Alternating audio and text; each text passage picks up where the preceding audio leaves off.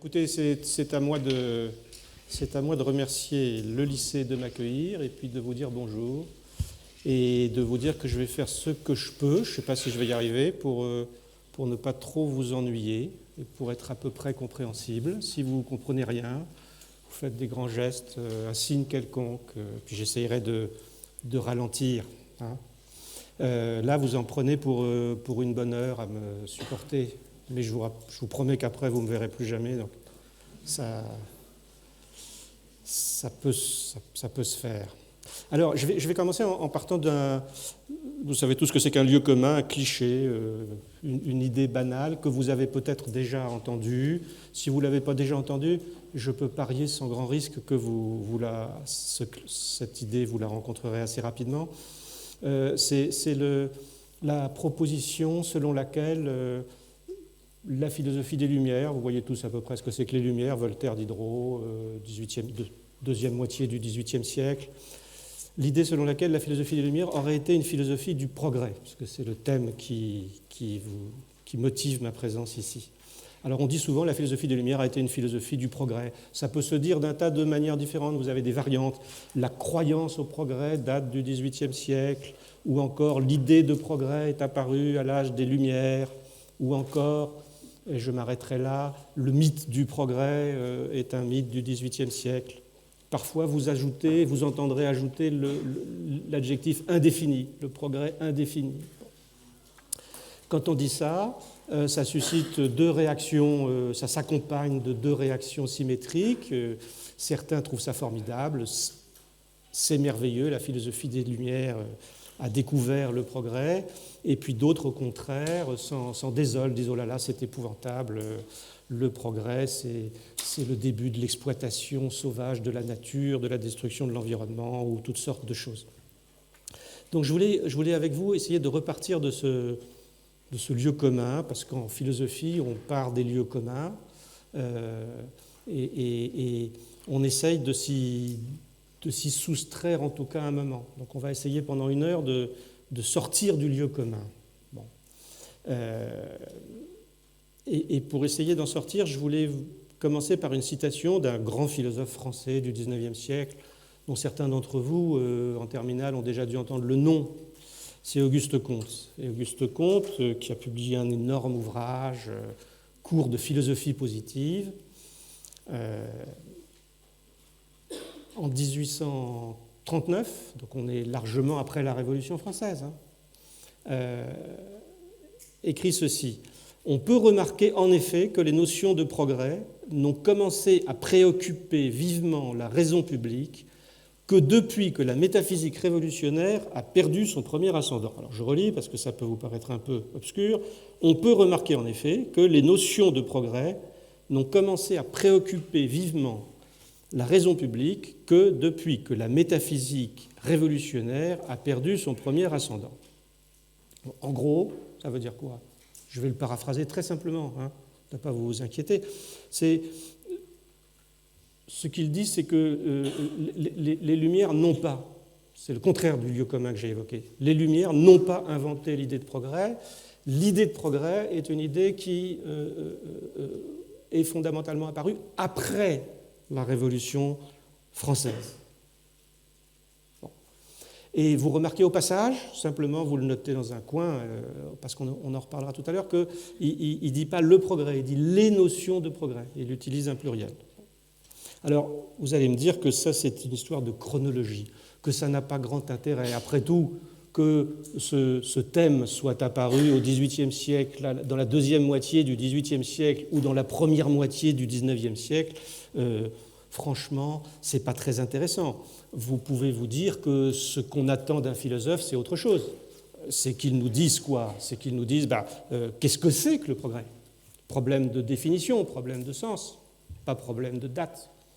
Et puis, on peut attendre d'un philosophe encore autre chose. Est-ce que le progrès, il faut être pour ou est-ce qu'il faut être contre? Donc, problème qui est plus un problème de définition, mais qui est un problème de prise de parti.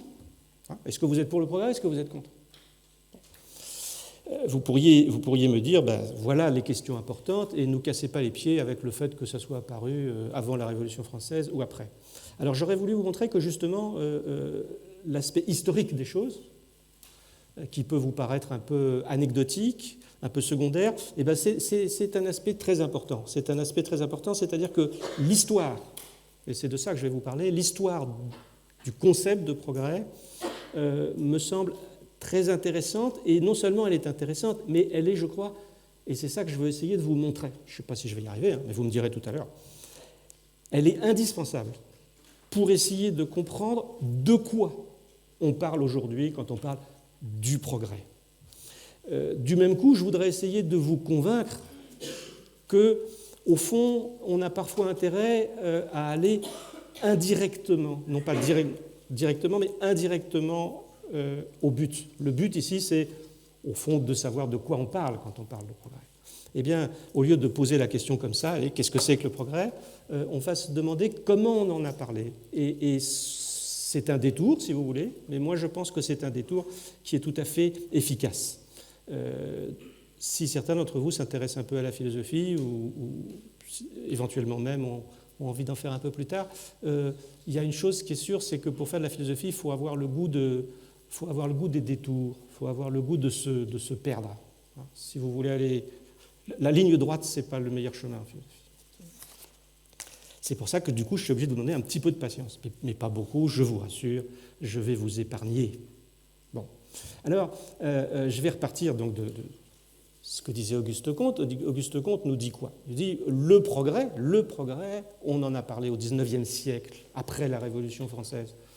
Mais alors du coup, s'il a raison, je pense qu'il a raison, s'il a raison, on va être obligé de se poser une question qui est de quoi est-ce qu'on parlait avant la Révolution? Si on ne parlait pas du progrès, de quoi est-ce qu'on parlait?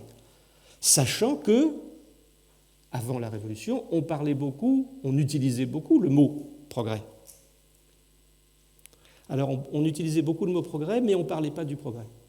Et c'est de ça que je vais repartir. Au XVIIIe siècle, on ne parle jamais. Vous pouvez chercher. Hein. Si jamais vous trouvez un texte, dites-le moi, ça me fera plaisir, ça m'intéressera. À ma connaissance, vous ne rencontrerez jamais un texte où on parle du progrès. Ou un philosophe, prenez celui que vous voulez, hein, les plus connus, Montesquieu, Voltaire, Diderot. Jamais ils ne disent le progrès. Jamais. Et ils parlent tout le temps de progrès. Le mot, ils l'utilisent tout le temps. Alors de quoi ils parlent? Comment est-ce qu'ils utilisent le mot? C'est un problème de grammaire, hein. C'est pas besoin d'avoir fait des années de philosophie pour...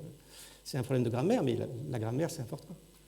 Il ne parle jamais de progrès au singulier, il ne parle jamais de progrès au singulier sans complément de nom. Le progrès tout court.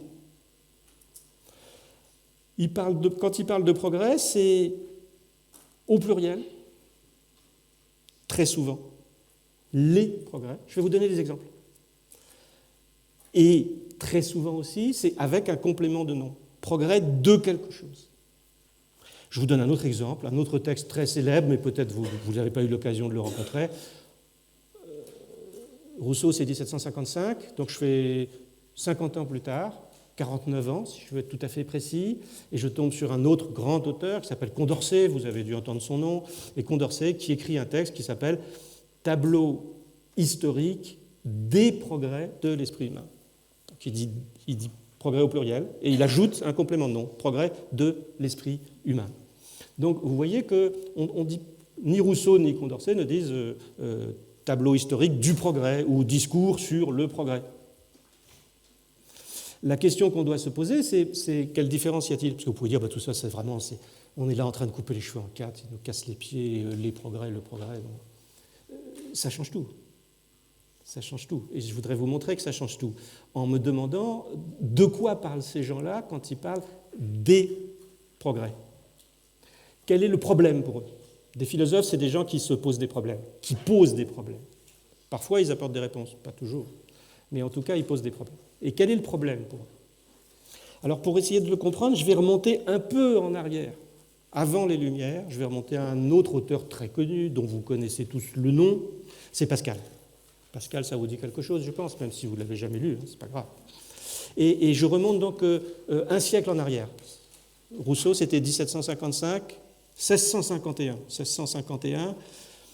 un texte de Pascal qui est une préface à un ouvrage inachevé. Le texte, on l'appelle maintenant la préface au traité du vide. Préface au traité du vide. C'est important de noter que c'est un ouvrage de physique. On ne peut pas le lire parce qu'on ne l'a plus. On ne sait pas s'il a été écrit, mais enfin, préface au traité du vide. Alors, c'est un ouvrage de physique, on a la préface. Et ce qui est intéressant, c'est que Pascal, c'est un physicien. C'est un vrai physicien. Hein. Et puis de l'autre côté, c'est un théologien. C'est un homme qui s'intéresse à la théologie. Et il rencontre un problème. Il rencontre un problème parce qu'il veut dire deux choses à la fois. Et ce n'est pas facile de dire les deux choses à la fois.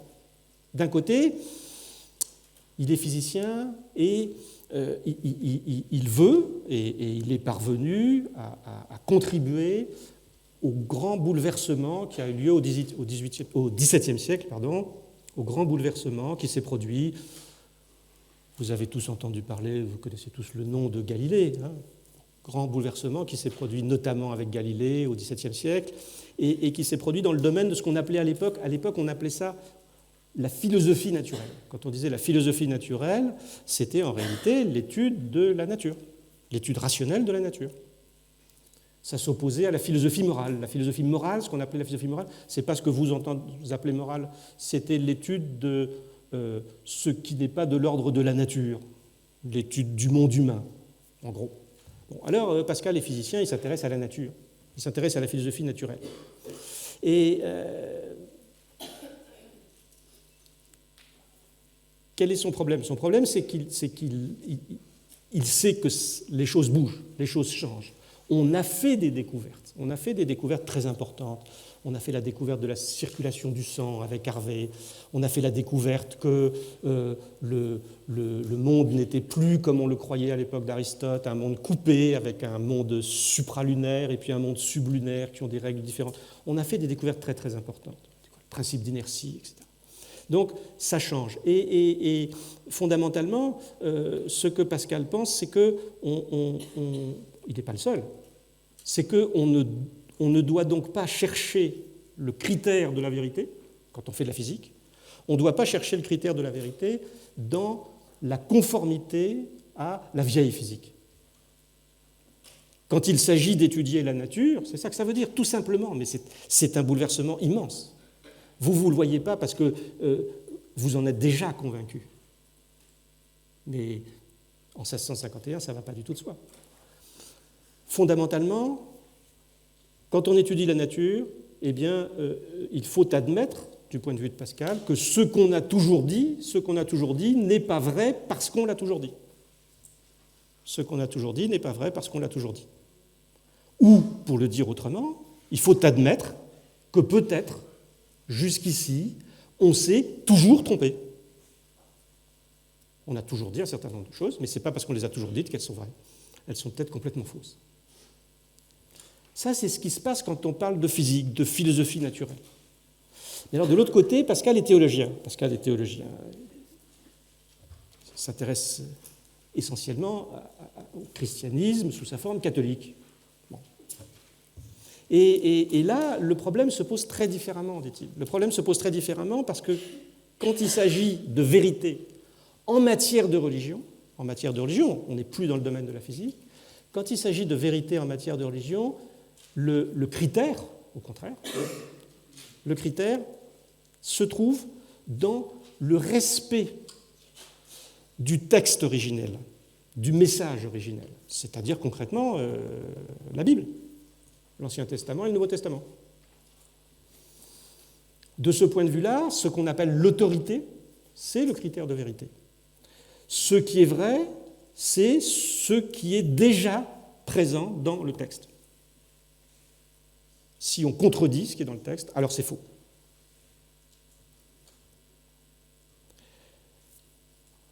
Dans le domaine de la religion, pour le dire autrement, fondamentalement, il s'agit de respecter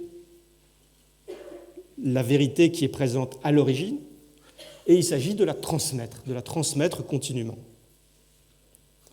Vous connaissez tous le mot de foi, la foi en matière de religion. En latin, foi, c'est fides. Mais quand vous entendez foi, il faut penser à deux autres mots. Confiance, qui dit foi dit confiance, en latin c'est confidentia, la confiance en quoi? Confiance en l'autorité. C'est l'Église qui me dit ce qui était présent dans le texte. Et je dois avoir confiance.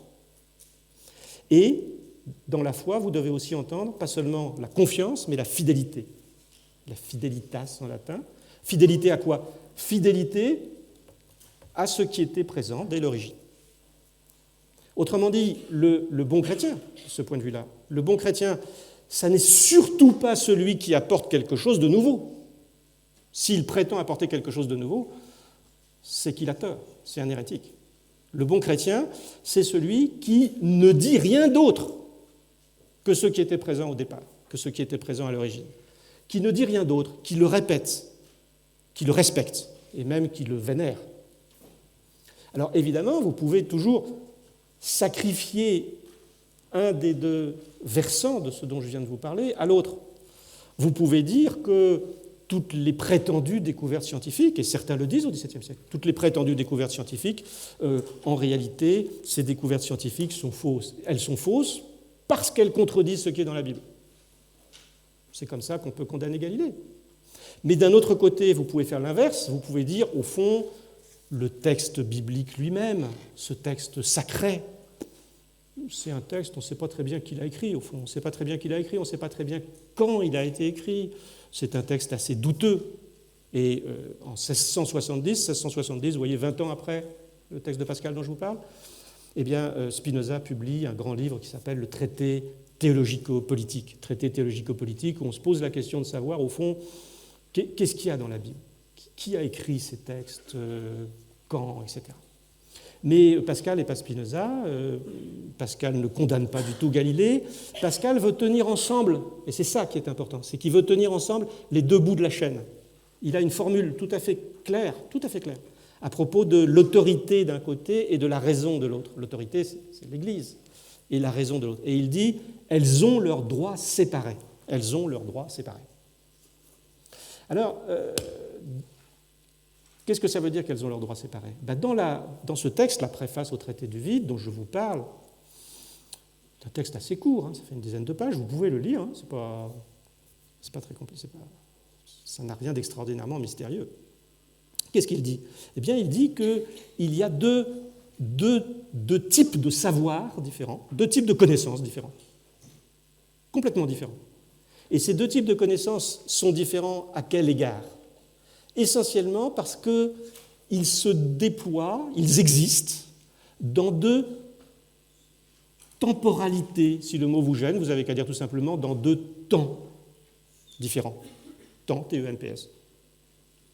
Dans deux types d'histoires différentes.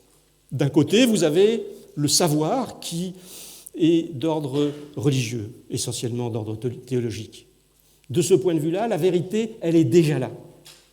Vous n'avez pas à la chercher, elle est déjà là, elle est déposée dans des documents qui sont disponibles. Et il est tout à fait exclu d'ajouter quoi que ce soit. Encore une fois, si on ajoute quelque chose à cette vérité originelle, l'ajout ne peut être que faux. Autrement dit, si vous voulez savoir ce qu'il faut penser de Dieu, si vous voulez savoir s'il existe des anges, eh bien, écoutez ce que vous dit l'Église, qui elle-même se fonde sur le texte. Mais de toute façon, en ce qui concerne Dieu et les anges, je prends cet exemple-là, la vérité, elle est déjà là. Ce n'est pas la peine de la chercher. Surtout ne la cherchez pas. Surtout ne la cherchez pas. De l'autre côté, quand il s'agit, Pascal a une formule qui est claire, il dit de sujets qui tombent sous le sens ou le raisonnement, des sujets qui tombent sous le sens, la perception, ou le raisonnement. Eh bien, quand il s'agit de sujets comme ça, c'est tout à fait autre chose, dit Pascal. C'est complètement différent, c'est le cas de la physique, c'est complètement différent. Eh bien, il faut observer, il faut raisonner. Et pourquoi est-ce qu'il faut observer et raisonner? Il faut observer et raisonner pour, c'est le mot qu'utilise tout le temps Pascal, pour augmenter nos connaissances. Augmenter ou ajouter. Mais augmenter. Augmenter, c'est un verbe qu'il emploie sans cesse. Le physicien, l'homme qui étudie la nature, ne doit surtout pas répéter ce qui a déjà été dit. Au contraire, il doit accroître, il doit apporter de nouvelles connaissances.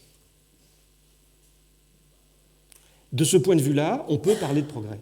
On ne peut pas parler de progrès quand il s'agit de connaissances religieuses. Quand il s'agit de connaissances scientifiques, on peut et on doit parler de progrès. Je vous cite la formule suivante. Non seulement chacun des hommes s'avance de jour en jour dans les sciences, non seulement chacun des hommes s'avance de jour en jour dans les sciences, mais, j'ai mis des points de suspension parce que j'ai coupé la phrase, mais tous les hommes ensemble y font un continuel progrès à mesure que l'univers vieillit. Non seulement chacun des hommes s'avance de jour en jour dans les sciences, mais tous les hommes ensemble y font un continuel progrès à mesure que l'univers vieillit. Donc, non seulement moi, en tant que physicien, chaque jour, je progresse un peu, mais l'espèce entière progresse parce que le savoir que je vais accumuler, je vais le transmettre aux autres, etc. Et vous remarquez que Pascal dit un continuel progrès. Un continuel progrès. Alors, le mot est au singulier, mais vous voyez que ce n'est pas un article défini, le progrès, c'est un article indéfini, un progrès. Ça veut dire quoi? Ça veut dire que le progrès dont on parle ici, ce n'est pas le progrès en général, tout court, c'est le progrès dans le domaine des sciences. Hein, dans la citation que je vous ai faite, non seulement chacun des hommes s'avance de jour en jour dans les sciences. Alors là, il y a du progrès, mais surtout pas dans cette autre connaissance qui est la connaissance de ce qui est en relation à la religion. Alors, ce qui est intéressant dans cette histoire, et vous allez voir vraiment pourquoi c'est intéressant ensuite, parce que vous pouvez vous dire, mais tout ça c'est loin. Mais vous allez voir que ce n'est pas du tout si loin que ça. Ce qui est intéressant, c'est bien l'idée que l'histoire des connaissances en général, l'histoire des connaissances se dédouble en deux histoires. En fait, il y a deux histoires du savoir qui sont complètement différentes.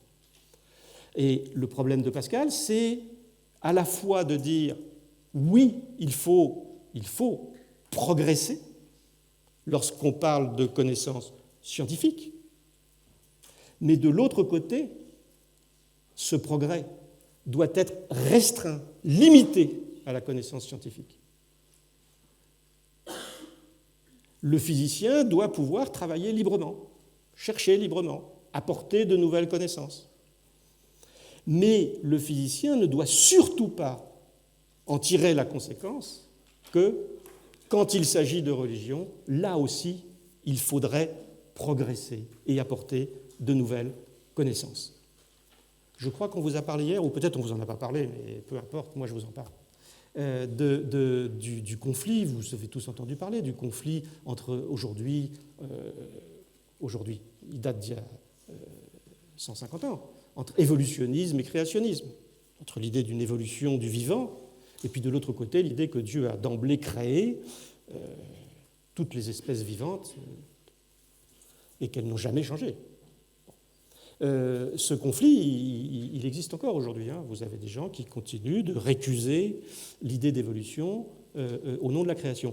Je pense que Pascal aurait été très ennuyé. Hein. Je ne sais pas comment il se serait tiré d'affaire si on lui avait demandé quel parti prendre.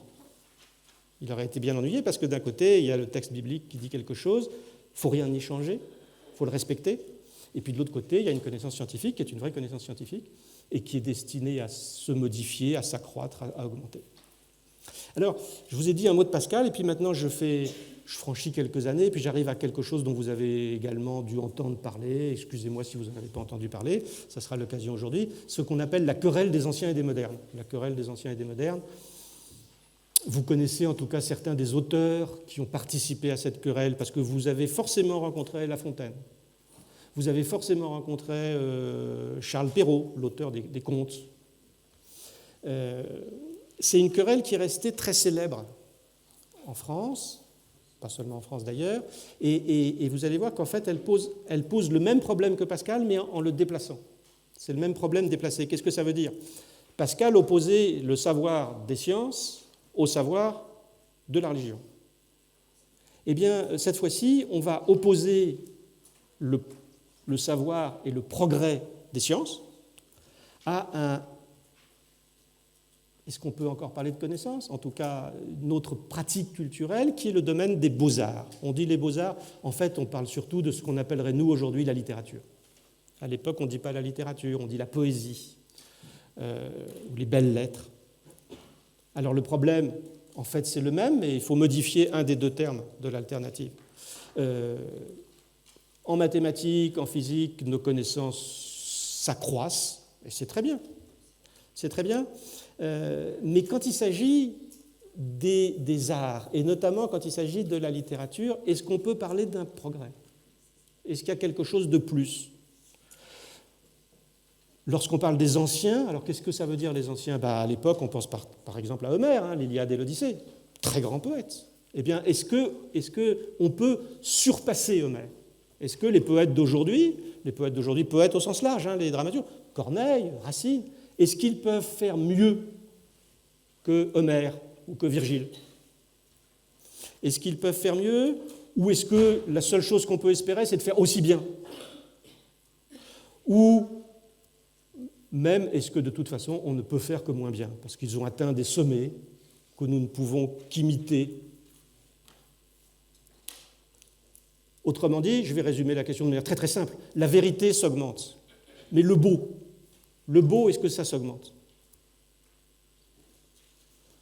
Il y a une querelle, on dit querelle sociétale. Pourquoi est-ce qu'il y a une querelle? Il y a une querelle parce que justement on n'est pas d'accord. Il y a une querelle parce que certains pensent que oui, on peut faire mieux, et d'autres non. C'est une querelle, c'est important, on en discute beaucoup, parce que vous voyez bien que dans le premier cas, quand on parlait de Pascal, c'est la question du rapport avec notre passé religieux, notre passé chrétien, juif et chrétien, l'Ancien Testament et le Nouveau Testament. Là, il s'agit de notre rapport au passé grec et romain, à la culture grecque et romaine. Ce n'est pas surprenant, puisque c'est le même problème que celui que posait Pascal. Ce n'est pas surprenant que certains auteurs adoptent la même position que Pascal, c'est-à-dire qu'ils vont dissocier le temps des sciences et puis le temps de la littérature, de la poésie. Alors je vous cite un auteur que vous ne connaissez pas, mais ce n'est pas grave, l'abbé Dubos, ça s'écrit, en fait il y a deux orthographes, donc vous pouvez l'écrire en un seul mot, D-U-B-O-S si vous voulez. Et en 1719, il écrit ceci: « Rien ne serait donc plus déraisonnable que de s'appuyer du suffrage des siècles et des nations pour prouver la solidité d'un système de philosophie et pour soutenir que la vogue où il est durera toujours. » Je vais trop vite, je le relis. C'est pas fini, j'ai pas fini en plus, alors je le relis. Rien ne serait donc plus déraisonnable.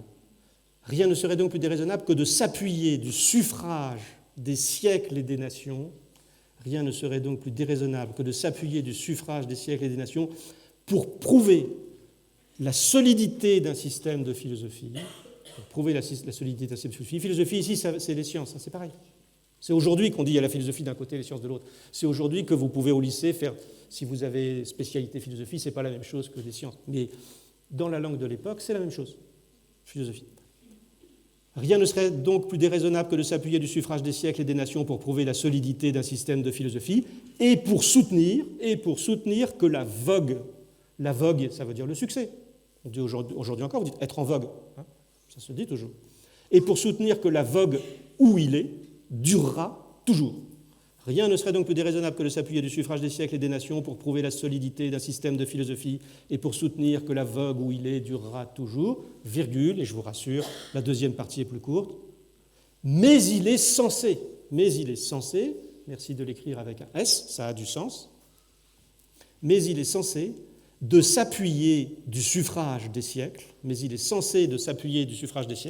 pour prouver l'excellence d'un poète et pour soutenir qu'il sera toujours admiré. Mais il est censé de s'appuyer du suffrage des siècles pour prouver l'excellence d'un poète et pour soutenir qu'il sera toujours admiré.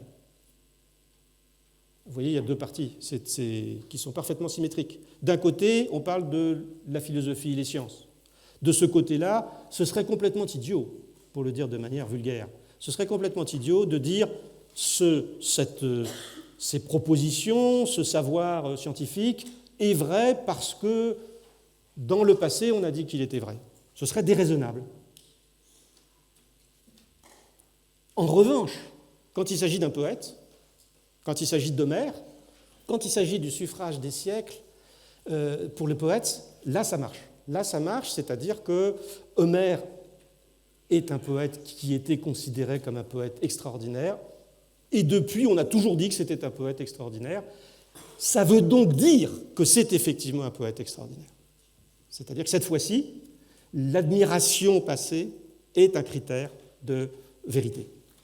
Donc vous voyez qu'à nouveau, vous avez deux temps qui sont, au fond, disposés l'un en face de l'autre comme en miroir. Vous connaissez le mot spéculaire? Spéculaire, c'est votre image inversée dans le miroir. Speculum, le miroir. Eh bien, on peut dire que ces deux temporalités, ces deux temps, sont disposés comme les deux images inverses l'une de l'autre. D'un côté, avec le temps, on accroît, on progresse, on améliore. De l'autre côté, avec le temps, eh bien, on continue d'admirer ce qui a été remarquable, on imite, on transmet. Alors, j'en arrive à Rousseau. Vous allez voir que Rousseau pose encore le même problème en le déplaçant encore. Parce que, avant le discours sur l'origine et les fondements de l'inégalité parmi les hommes, il a publié en 1750 un autre discours qui répondait à une question qui était la question suivante. Est-ce que le rétablissement des sciences et des arts a contribué à épurer les mœurs? Vous allez voir que là, on va se rapprocher de choses qui vous sont plus familières. Est-ce que le rétablissement des sciences et des arts a contribué à épurer, rendre plus pur, améliorer, réformer les mœurs? Alors d'un côté, vous avez les sciences et les arts. Les sciences et les arts, art, ça veut dire quoi? Les arts, ici, ça veut dire les techniques, d'un côté, et puis de l'autre côté, les beaux-arts. C'est un sens artisan, artiste. Donc d'un côté, vous avez les sciences et les arts. Et puis de l'autre côté, vous avez ce que Rousseau appelle les mœurs. Les mœurs, c'est un mot un petit peu gênant pour nous, qui était très utilisé à l'époque. Les mœurs, qu'est-ce que ça veut dire en fait? Les mœurs, c'est la morale, mais c'est la morale en tant qu'elle est intériorisée par les individus. Ce sont les règles en tant qu'elles sont intériorisées, qu'elles sont pratiquées et qu'elles sont sanctionnées par ce qu'on appelle encore aujourd'hui l'opinion publique. Donc c'est la morale en acte, celle que vous pratiquez à chaque instant. Et alors, la question ici, qu'est-ce qu'elle veut dire? La question, d'un côté, le rétablissement des sciences et des arts. Ça renvoie, aujourd'hui on dit la Renaissance. Ça renvoie à l'idée que, pour un certain nombre de raisons, il s'est produit, à partir déjà du XVe siècle, le XVIe siècle, il s'est produit un grand bouleversement, un grand accroissement de connaissances, une grande amélioration de toutes sortes de savoir-faire, de techniques. Et la question qu'on pose, c'est est-ce qu'on a eu de même une amélioration dans le domaine des mœurs, des habitudes sociales? Aujourd'hui, on parlerait peut-être de civilité aussi. Alors, Rousseau a une réponse très, très brutale. Et il dit justement que non. Il dit nos âmes se sont corrompues. Je vous le lis un petit peu vite, ne le notez pas parce qu'il faut qu'on accélère. Nos âmes se sont corrompues à mesure que nos sciences et nos arts se sont avancés à la perfection. Dira-t-on que c'est un malheur particulier à notre âge? Non, messieurs. Les mots MAUX, le pluriel de mal, les mots causés par notre vaine curiosité sont aussi vieux que le monde. Le même phénomène s'est observé dans tous les temps et dans tous les lieux. Alors je vais paraphraser, et vous allez voir que c'est très simple ce qu'il dit. C'est peut-être faux, mais c'est très simple, c'est très clair. Ce que dit Rousseau, c'est qu'au fond, dans toute l'histoire humaine, on observe le même phénomène. Et le même phénomène, c'est quoi? C'est une corrélation qui est un rapport de proportion inverse, un rapport d'inverse proportionnalité. Plus on progresse dans le domaine des connaissances scientifiques et des techniques, plus on régresse dans le domaine moral. La régression s'appelle, dans la langue de l'époque, la corruption. Les hommes sont d'autant moins moraux, d'autant moins vertueux qu'ils sont plus savants.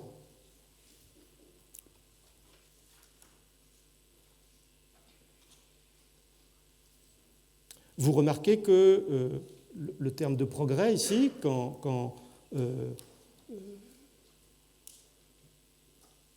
quand Rousseau en parle, il y a une formule où il dit « j'ai trouvé le progrès de ces deux choses toujours en proportion ». Vous remarquez au passage que progrès est un terme qui n'a pas du tout la signification d'une amélioration. Progrès, au XVIIIe siècle, ça veut dire changement.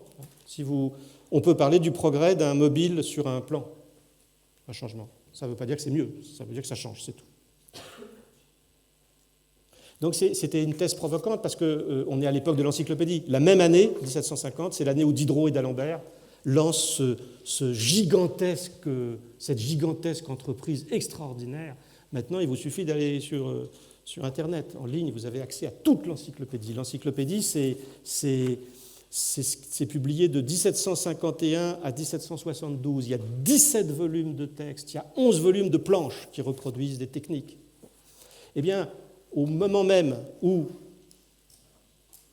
Diderot, d'Alembert et beaucoup d'autres disent ce qui est formidable, c'est le progrès des sciences et des techniques, et il faut répandre ce progrès des sciences et des techniques, il faut que tout le monde puisse en disposer. On dirait aujourd'hui, il faut le vulgariser.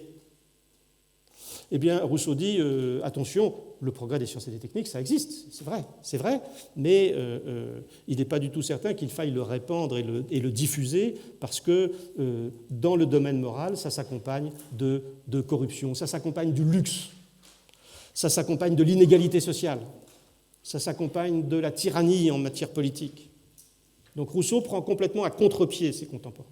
Mais vous voyez, parce que c'est ça qui nous intéresse, qu'à nouveau, vous avez deux temporalités. Le temps des sciences et des techniques, et puis le temps de la morale et de la politique, au fond. Alors,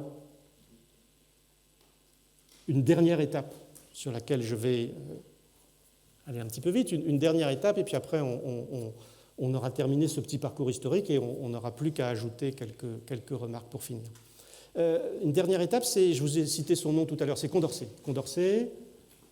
Condorcet, c'est quelqu'un qui écrit donc en 1793-94, on est en pleine Révolution française. Condorcet lance un très gros projet qui s'appelle Tableau historique des progrès de l'esprit humain. Je vous ai donné le titre tout à l'heure, Tableau historique des progrès de l'esprit humain. Mais Condorcet est rattrapé par la Révolution, il est arrêté, il est mis en prison. Et en 1794, on va le retrouver mort dans sa cellule. On ne sait toujours pas aujourd'hui s'il s'est suicidé ou... Les conditions de sa mort restent mystérieuses. Bon, il laisse un texte que vous pouvez trouver dans n'importe quelle librairie, en collection de poche, sous le titre « Esquisse d'un tableau des progrès historiques de l'esprit humain ». Esquisse d'un tableau des progrès historiques de l'esprit humain. Quelle est la perspective de Condorcet ?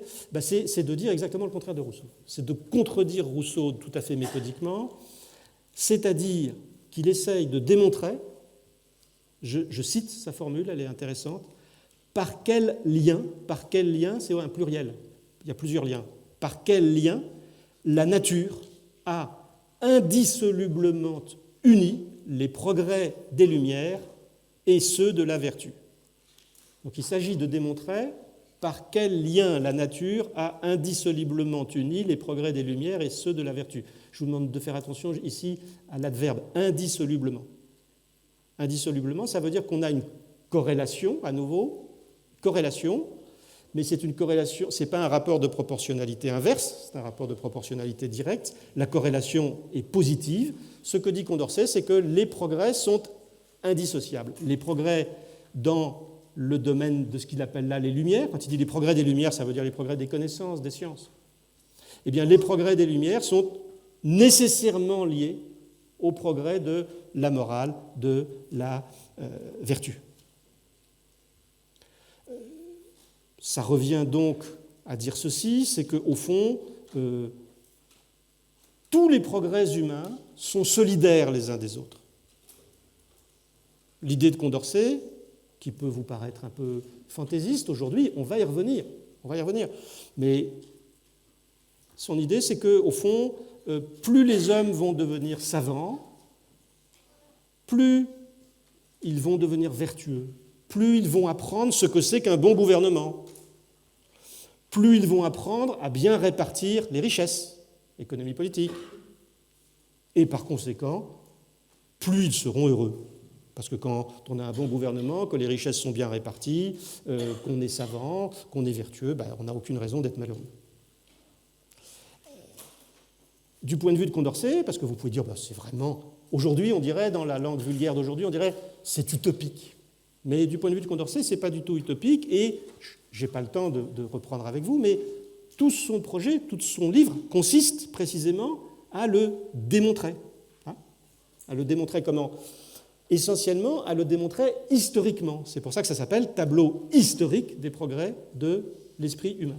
La conviction de Condorcet, c'est qu'on peut démontrer cela par ce qu'il appelle les faits historiques et le raisonnement. Autrement dit, on peut reconstituer l'histoire humaine depuis les origines et on peut montrer que les progrès effectués par les hommes, dans tous les domaines, que ces progrès sont liés les uns aux autres, solidaires les uns aux autres. Alors toute la difficulté, parce qu'il faut bien qu'il y ait une difficulté, sinon on le saurait depuis longtemps, toute la difficulté, dit Condorcet, c'est que ces progrès sont solidaires, mais ils ne sont pas simultanés. Ils ne s'effectuent pas en même temps. Autrement dit, lorsqu'un progrès s'effectue quelque part, un autre progrès va s'effectuer plus tard, ailleurs. Il y a une liaison, mais il y a un décalage temporel. Il y a un décalage temporel. Autrement dit, si vous voulez encore, l'histoire concrète, c'est quand on lit un livre d'histoire, qu'on nous raconte des événements qui se sont produits, etc. Eh bien, cette histoire-là, elle brouille le cours des progrès.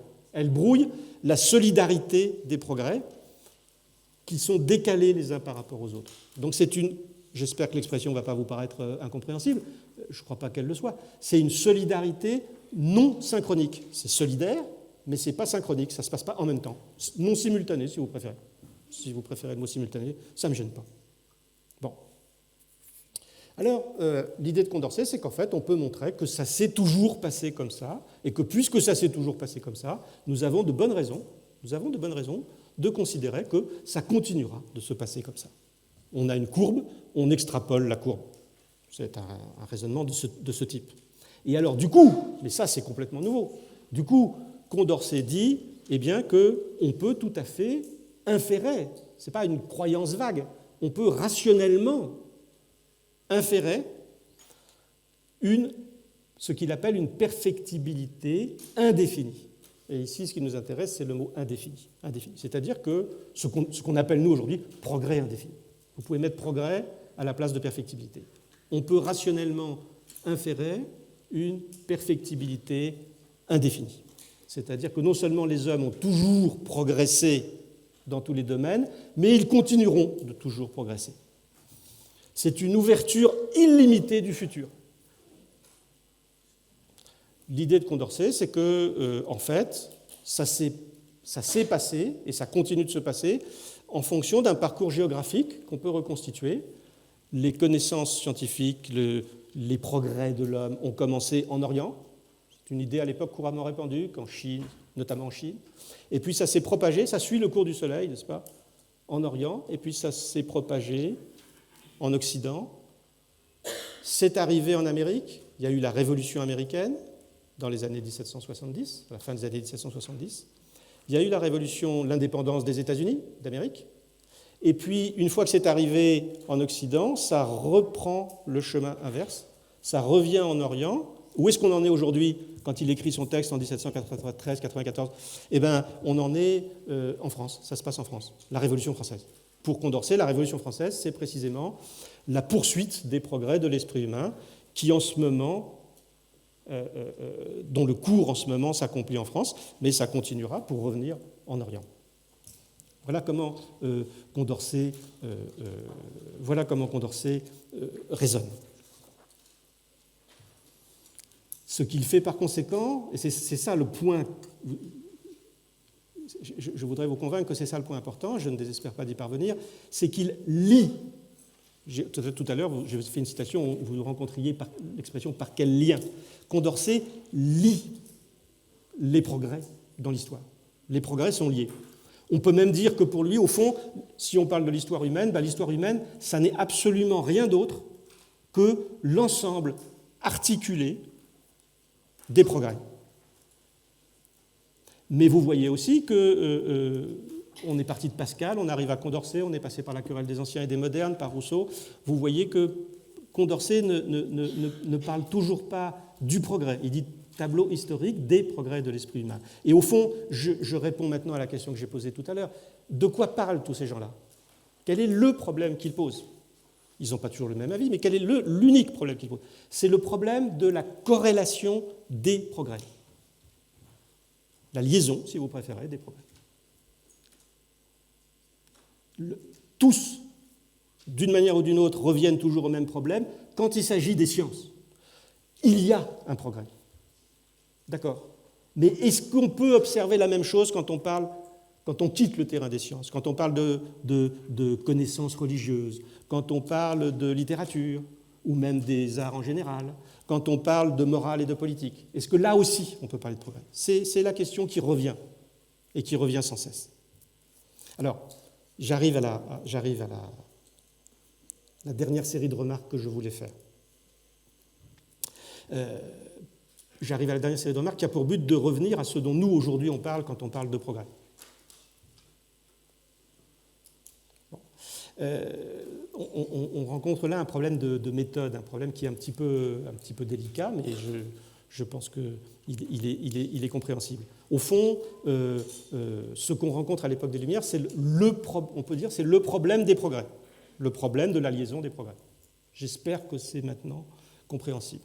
Si ça ne l'est pas, je répondrai aux questions tout à l'heure, et puis sinon, je déclarerai forfait, et je vous présenterai mes plus plates excuses.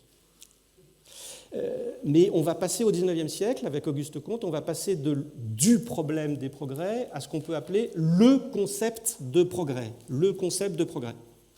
Au fond, Pascal, La Fontaine, Rousseau, quand ils parlent de progrès, ils se demandent si c'est le même progrès dans le domaine des sciences, dans le domaine de la religion. Mais ils ne cherchent pas à définir le progrès. Ils ne se demandent pas qu'est-ce que le progrès. Ils ne peuvent pas se demander qu'est-ce que le progrès, puisque ça n'existe pas au singulier. Je ne peux pas poser la question qu'est-ce que le progrès, puisque le progrès, ça n'existe pas. Puisqu'il y a du progrès dans le domaine des sciences, et puis peut-être un autre type de progrès ailleurs, etc. Donc progrès veut dire changement. C'est très vague. Là où il y a du changement, il y a du progrès, c'est tout. C'est tout ce qu'on peut dire. Mais on va voir apparaître chez Auguste Comte quelque chose d'autre qui est le concept de progrès. La grande idée d'Auguste Comte, c'est que justement, les hommes du XVIIIe siècle n'ont pas compris. Ils n'ont pas bien compris que tous les progrès humains s'articulent en un seul processus. Un seul processus dont on peut formuler les lois. Parfois, Auguste Comte dit la loi du progrès. Là, il y a une loi. C'est plus un vague changement, il y a une loi. Toute l'histoire humaine, dans tous les domaines, que vous parliez de société, de politique, ou que vous parliez de chimie ou de biologie, ou que vous parliez de beaux-arts, de toute façon, il y a une seule loi du progrès. Cette loi du progrès, Auguste Comte essaye bien entendu de l'argumenter, de la justifier en distinguant, là je vais très vite, ça nous entraînerait loin, je peux vous en parler plus tard si vous voulez, en distinguant en fait deux lois fondamentales, ce qu'il appelle, n'est-ce pas, la loi des trois états. La loi des trois états, c'est l'idée que toute connaissance, que vous fassiez des mathématiques, que vous fassiez de la physique, que vous fassiez de la biologie, que vous fassiez de la sociologie, de toute façon, toute connaissance passe nécessairement par trois phases successives. Il appelle ça théologique, métaphysique et positif. Alors, vous retenez les mots, et puis on va pas se demander maintenant ce que ça veut dire, parce qu'on n'a pas le temps. Et toute connaissance passe par trois étapes, théologique, métaphysique, positif. Et puis, d'autre part, il a ce qu'il appelle la loi encyclopédique. La loi encyclopédique, c'est qu'une connaissance ne peut progresser que si la connaissance dont elle dépend hiérarchiquement a déjà progressé. Autrement dit, on peut le dire très simplement, vous ne pouvez pas progresser en biologie s'il n'y a pas déjà eu certains progrès qui ont été faits en chimie. Et puis vous ne pouvez pas progresser en chimie si certains progrès n'ont pas déjà été faits en physique. Il y a un ordre hiérarchique des connaissances, et les progrès d'une connaissance ne peuvent s'accomplir que s'ils se sont déjà accomplis dans la connaissance qui la précède dans cet ordre hiérarchique. Bon, alors, laissons ça de côté. Le point essentiel, c'est quoi? C'est que, pour Auguste Comte, le progrès, c'est un concept qui a un sens précis, un sens stable, un sens réfléchi. L'histoire obéit à la loi du progrès. Et puis alors, on va voir s'opérer une nouvelle transformation qui va nous amener à ce que vous connaissez. C'est que on a rencontré le problème des progrès, on a rencontré le concept de progrès. Alors on va rencontrer autre chose qui n'est pas très facile à nommer. On dit parfois l'idée de progrès. Moi je dis parfois le maître mot. Enfin, le progrès va devenir autre chose. On va passer dans un autre champ qui est celui de l'idéologie. C'est-à-dire que le progrès va devenir un mot dont tout le monde se sert, un mot totalement banal. Tout le monde parle de progrès. Tout le monde se sert du mot sans éprouver le besoin de le définir. Si je vous parle de progrès, vous me dites « bah oui, bien sûr, le progrès ». Le mot a perdu, on n'est plus chez Auguste Comte, le mot a perdu toute signification précise. C'est une espèce d'angle mort, de point aveugle. C'est-à-dire qu'on parle du progrès, on parle de progrès technique, on parle de progrès, mais on ne se demande pas ce que c'est que le progrès. On ne se pose plus la question. On sous-entend que chacun sait très bien de quoi on parle. On sous-entend que chacun sait très bien de quoi on parle, mais justement, on ne sait pas du tout de quoi on parle. Alors on pose des questions du genre est-ce qu'on peut aller contre le progrès? Est-ce qu'il faut aller contre le progrès? Est-ce que vous êtes pour ou contre le progrès? C'est des questions en fait qui sont posées de telle façon que vous pouvez absolument pas. Enfin, vous pouvez toujours essayer d'y répondre, mais vous répondrez des bêtises à mon avis. Vous répondrez des bêtises parce que la question est bête. Et le premier problème, c'est d'éviter les questions bêtes. Sinon, on est cuit. Ça ne marche pas. En fait, le progrès tel qu'on en parle aujourd'hui, c'est un mot qui interdit toute discussion sérieuse. C'est un mot qui bloque la discussion. Et on pourrait même dire que la fonction de l'idéologie, c'est de vous empêcher de réfléchir. C'est de nous empêcher de réfléchir. Et ça marche. Je voudrais vous montrer pour finir deux exemples, et puis j'aurai terminé. Deux exemples tout à fait différents. Le premier, je vais le trouver chez un auteur littéraire autrichien. Je ne sais pas si vous connaissez son nom, il est connu, c'est Stefan Zweig. Zweig, ça s'écrit Z-W-E-I-G. Z-W-E-I-G. Zweig a écrit, laissé derrière lui une autobiographie qui s'appelle « Le monde d'hier ». Donc Zweig écrit une autobiographie, « Le monde d'hier », il écrit ça, et puis juste après il va se suicider. Zweig est un juif autrichien qui est obligé de quitter l'Autriche et l'Allemagne pour des raisons que vous devinez facilement. Et puis il va passer par l'Angleterre, par les États-Unis, il va arriver au Brésil. Et au Brésil, en 1942, il va se donner la mort totalement désespéré par ce qu'il voit. Et c'est vrai, si vous y réfléchissez, il y avait de quoi être désespéré. Il meurt en 1942 et il est né en 1881, 1881-1942. Donc il a connu 2 guerres mondiales. La seconde, il se suicide avant que ça soit terminé. Et alors, il écrit ce texte qui s'appelle « Le monde d'hier », pour reconstituer, ça commence par la description du monde qu'il a connu dans les années 1880-1890, quand il vivait à Vienne. Et il appelle ça le monde de la sécurité. Il dit, le monde dans lequel je suis né, c'était le monde de la sécurité. Qu'est-ce que ça veut dire, le monde de la sécurité? Eh bien, il dit, c'est un monde qui se caractérisait par une conviction. Mes parents, dit-il, et pas seulement mes parents, les hommes qui peuplaient ce monde étaient convaincus de quelque chose. Ils étaient convaincus, je le cite, d'être sur la voie qui menait en droite ligne et infailliblement au meilleur des mondes. D'être sur la voie qui menait en droite ligne et infailliblement au meilleur des mondes. Et ce que Zweig va décrire, c'est en des termes péjoratifs ce dont je vous ai parlé tout à l'heure quand je vous parlais de Condorcet. Il va dire, au fond, si j'ai le temps tout à l'heure, je vous lirai le texte parce qu'il est beau, et pour l'instant je me contente de le résumer, eh bien, ce qu'il dit, c'est que à cette époque, donc à la fin du XIXe siècle, on est à la fin du XIXe siècle, eh bien, à cette époque, on pensait que le progrès était inéluctable, irrésistible, inéluctable, irrésistible, généralisé, progrès des sciences et des techniques, progrès du confort matériel, dit-il. On pensait que les hommes vivaient et vivraient toujours de manière de plus en plus confortable. Diminution des inégalités sociales. Progrès en matière de santé. Les hommes sont en meilleure santé et vivront plus longtemps. Bref, on était convaincus que l'humanité était promise au meilleur des mondes, du fait de cette irrésistible liaison des progrès. Et ce qui est intéressant, c'est que Zweig appelle ça à un moment la religion du progrès. C'est des gens qui croyaient dans le progrès, qui avaient une religion du progrès. Et on voit bien quand on lit ce texte que le progrès, quand il en parle, le progrès à ce moment-là était devenu, c'était pas un concept, c'était plus une affaire de philosophe, c'était devenu, il dit une religion, on pourrait dire une idéologie, une espèce de discours très vague. Et bien sûr, quand Stefan Zweig en parle, donc il écrit ça au début de la Seconde Guerre mondiale. Quand il parle de ça, quand il dit que c'était une croyance religieuse, il en parle comme d'une croyance passée, une croyance périmée. Pourquoi est-ce qu'il en parle comme d'une croyance périmée ? La réponse est très simple.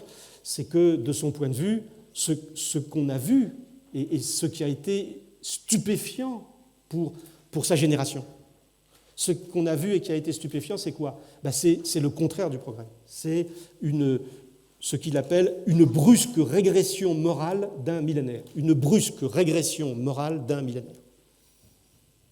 Tout d'un coup, on a vu que non seulement les hommes ne progressaient pas dans tous les domaines, mais qu'ils régressaient, et qu'ils régressaient même sous les formes les plus violentes qu'on pouvait, ou plutôt qu'on ne pouvait pas imaginer, qu'on n'avait pas anticipé parce qu'on ne pouvait pas les anticiper. Autrement dit, Zweig parle du progrès comme d'une illusion. Ça a été une grande illusion. C'est de ce point de vue-là un grand échec. Et il n'établit plus de corrélation. Il coupe complètement le progrès des sciences, des connaissances. Il y a le progrès des connaissances, des sciences, des techniques, incontestable. Mais en matière de morale, dit-il, il n'y a pas de... En fait, les hommes restent toujours ce qu'ils sont. Et c'est un spectacle qui est assez déprimant. Je vous laisse vous demander dans quelle mesure cela est juste. Autrement dit, ce qu'il dit, on peut le redire encore une dernière fois très simplement, les extraordinaires progrès qu'on a pu rencontrer en matière scientifique, notamment dans la première moitié du XXe siècle, eh bien, ces prodigieuses avancées scientifiques n'ont aucun effet, aucun impact sur l'homme moral. Le second point, je vais aller beaucoup plus vite, mais je voulais m'arrêter juste un instant sur un mot que vous entendez ces temps-ci pas mal, enfin depuis 2-3 ans, c'est un mot qui est assez présent, c'est le terme de progressisme. Je ne sais pas si vous avez fait attention, vous n'avez peut-être pas fait attention, parce qu'on ne fait pas attention à ces choses-là, mais elles sont importantes. Eh bien, on parle beaucoup de progressisme. Enfin, pas tout le monde, mais certains parlent de progressisme. Et en fait, quand on parle de progressisme, ceux qui parlent de progressisme, pourquoi est-ce qu'ils le font ? C'est dans l'idée, en quelque sorte, de monopoliser la connotation positive qui est aujourd'hui encore, malgré ce qu'a écrit Zweig et malgré ce que nous pensons tous plus ou moins, la connotation positive qui est encore attachée au terme de progrès.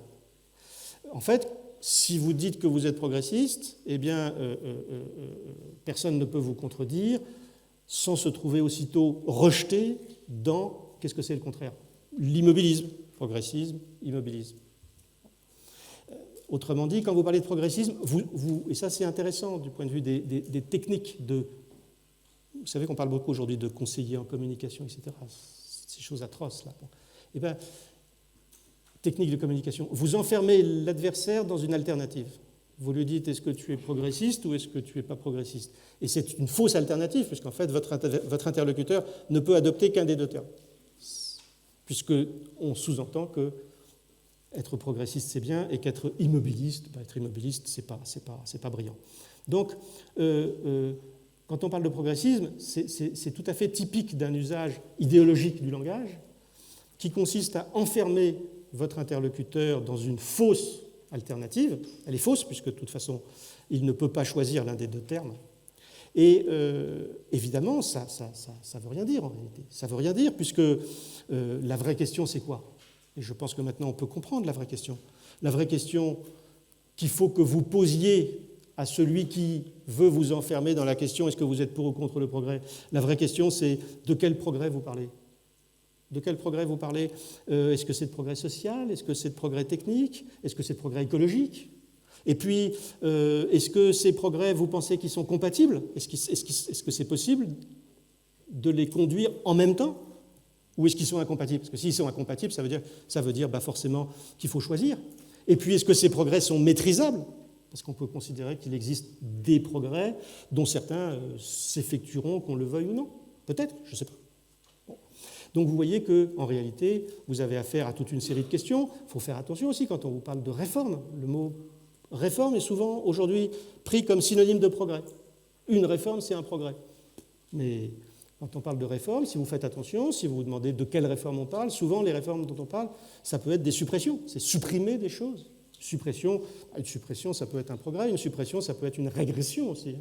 On peut supprimer des choses très bien.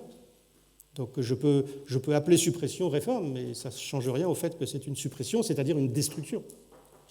Donc vous voyez que là, on voit s'ouvrir un espace, et c'est là-dessus que je m'arrêterai, on voit s'ouvrir un espace qui est celui d'une critique de la terminologie des discours politiques contemporains. Critique de la terminologie des discours contemporains, on pourrait appeler ça autrement, une critique de l'idéologie en acte. Et l'idéologie en acte, j'aimerais bien vous convaincre, pour terminer, de ceci. Si je vous avais simplement convaincu de ceci, j'aurais eu raison de faire quelques centaines de kilomètres. Le reste, après tout, vous pouvez tout oublier. Mais si j'avais pu vous convaincre de ceci, c'est que ce que j'appelle là l'idéologie en acte, ce n'est pas quelque chose d'abstrait qui flotte dans le ciel, c'est quelque chose à quoi vous et moi, et nous tous, nous sommes confrontés sans cesse, à chaque fois qu'on ouvre un journal, à chaque fois qu'on allume un poste de télévision, à chaque fois qu'on se connecte sur un site sur Internet, on est confronté à de l'idéologie en acte. C'est-à-dire qu'on est confronté à des mots qu'on nous impose, on est confronté à des questions qu'on nous impose, et ces mots et ces questions qu'on nous impose, ça ne nous aide pas à penser. Ces mots et ces questions qu'on nous impose, ça nous empêche de penser. Et moi, je crois que si la philosophie a un intérêt, un seul, mais c'est déjà pas mal, si elle a un intérêt, un seul, c'est d'aider à penser. C'est pas de vous dire, et d'ailleurs, je ne termine pas en vous le disant, c'est pas de vous dire, voilà ce que c'est le programme. Et puis voilà, vous devez être pour ou vous devez être contre. Je ne vous le dis pas parce que j'en sais rien. J'en sais strictement rien. Et puis, ce qui m'intéresse, c'est pas ça. Ce qui m'intéresse, c'est d'ouvrir l'espace de la pensée. Au lieu de se laisser complètement bloquer par ce langage dans lequel on est noyé et dans lequel on est noyé, qu'on le veuille ou qu'on ne le veuille pas. Bon, alors, ça me permet aussi de vous expliquer pourquoi je suis revenu au XVIIIe siècle, parce que finalement, le problème des progrès, vous voyez que ce n'est pas simplement une question historique, une question anecdotique. Au fond, la connaissance historique, la connaissance du problème des progrès tel qu'il a été posé autrefois, ça peut être un antidote qui peut nous aider aujourd'hui à nous préserver de l'idéologie, c'est-à-dire de cet usage du mot progrès qui est un usage massif, qui est un usage un petit peu imbécile, qui nous rend imbéciles. Et de toute façon, qu'on fasse de la philosophie, et là je peux dire aussi bien qu'on fasse de la physique, qu'on fasse de la biologie, c'est pour essayer de devenir un petit peu moins idiot, ce qui n'est pas chose facile. Voilà. Écoutez, j'ai terminé. Je sais que ça a été un petit peu long pour vous. 1h10 sans téléphone, c'est pas facile.